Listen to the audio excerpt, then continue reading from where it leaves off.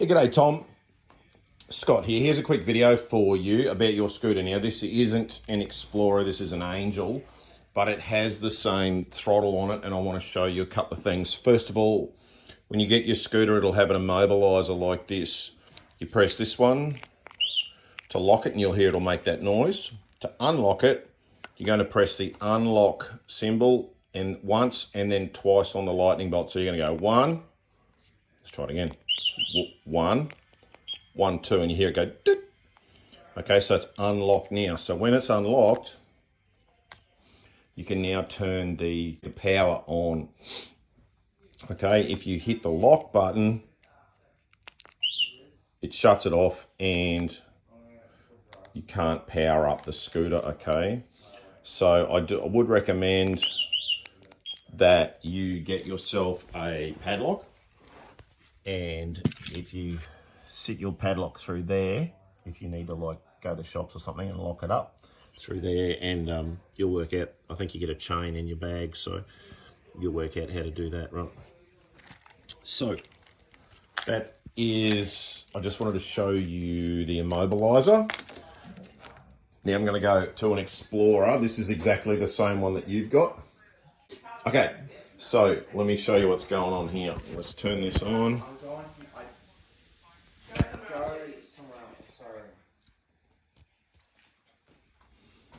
Okay, let's come back here. So we've got the power on. There's the lights turned on. Okay, turns the lights on. You'll see it has blinkers and it has tail lights and brakes when you hit the brake. Turn them off. There's your blinkers there, horn, etc. Now on here you'll see there's an Eco Turbo button and a single dual button. Now it's very hard to tell the difference when they're on or when they're off. So if you have a look, you can see like just a little bit of difference between them. So you play around with them and work out where on and off is.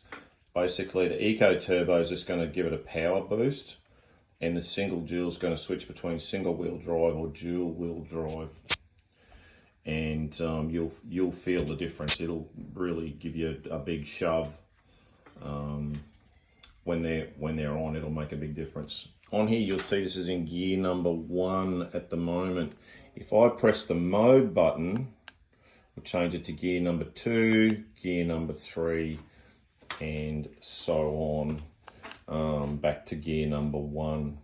Gear number 1 will basically top out at about 30 kilometers an hour, and with the Eco Turbo, or with the turbo on, we'll go to about 40 kilometers an hour. And progressively the speed will increase. So number 2 will let the speed go up higher than 30, and number 3 is fully unrestricted with your turbo and dual wheel on. So we've had this thing going at 95 kilometers an hour in unrestricted, so it'll top out somewhere there. I believe if you're particularly into making them go faster, there's a hack. I don't know where it is. Someone's telling me there's a hack online and you can make it go even faster. So anyway, just make sure you wear a helmet and all protective gear, because you'll kill yourself at that speed. So all right, so changing gears is the mode button. If we press the power button repeatedly, you'll see it'll bring up the trip meter. That looks like a U, but it's V for voltage. It shows me the volts, and you can see that there's a fuel gauge here and the voltage. So either will give you an indication of where your batteries are, but the voltage meters are more accurate than the fuel gauge. Obviously the fuel gauge is a graphical representation. Press it again and it'll show you the total kilometers your scooter has ever done since it was new. Okay, and then press it again and it'll just keep scrolling around in those areas there. Right, now when you get your scooter, it needs a little bit of love. So you need to go over it with the tool and make sure everything's tight, particularly the brake housings. So just make sure these bolts here are tight on the brakes. Over time, after 5 hours, go right over your scooter and check all of your nuts and bolts. There's not a lot. If any of them are coming loose, get some thread locker and put that on there, but do not buy the red thread locker. You will never ever get the screw off ever again. Get the light thread locker.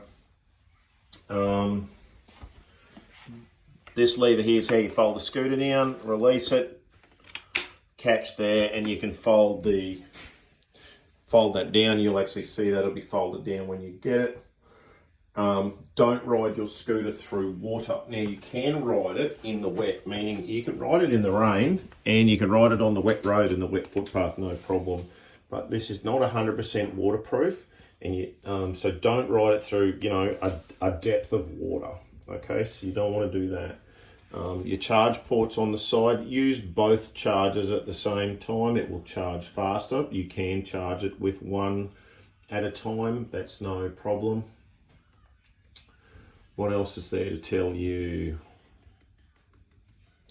Now, WD-40 is your friend. So go over in your bolt heads periodically with some WD-40. It will just keep them looking nice. And in fact, if you spray your whole scooter over with WD-40 and wipe it off with a rag, it will look like the day you took it out of the box. It will look brand new again.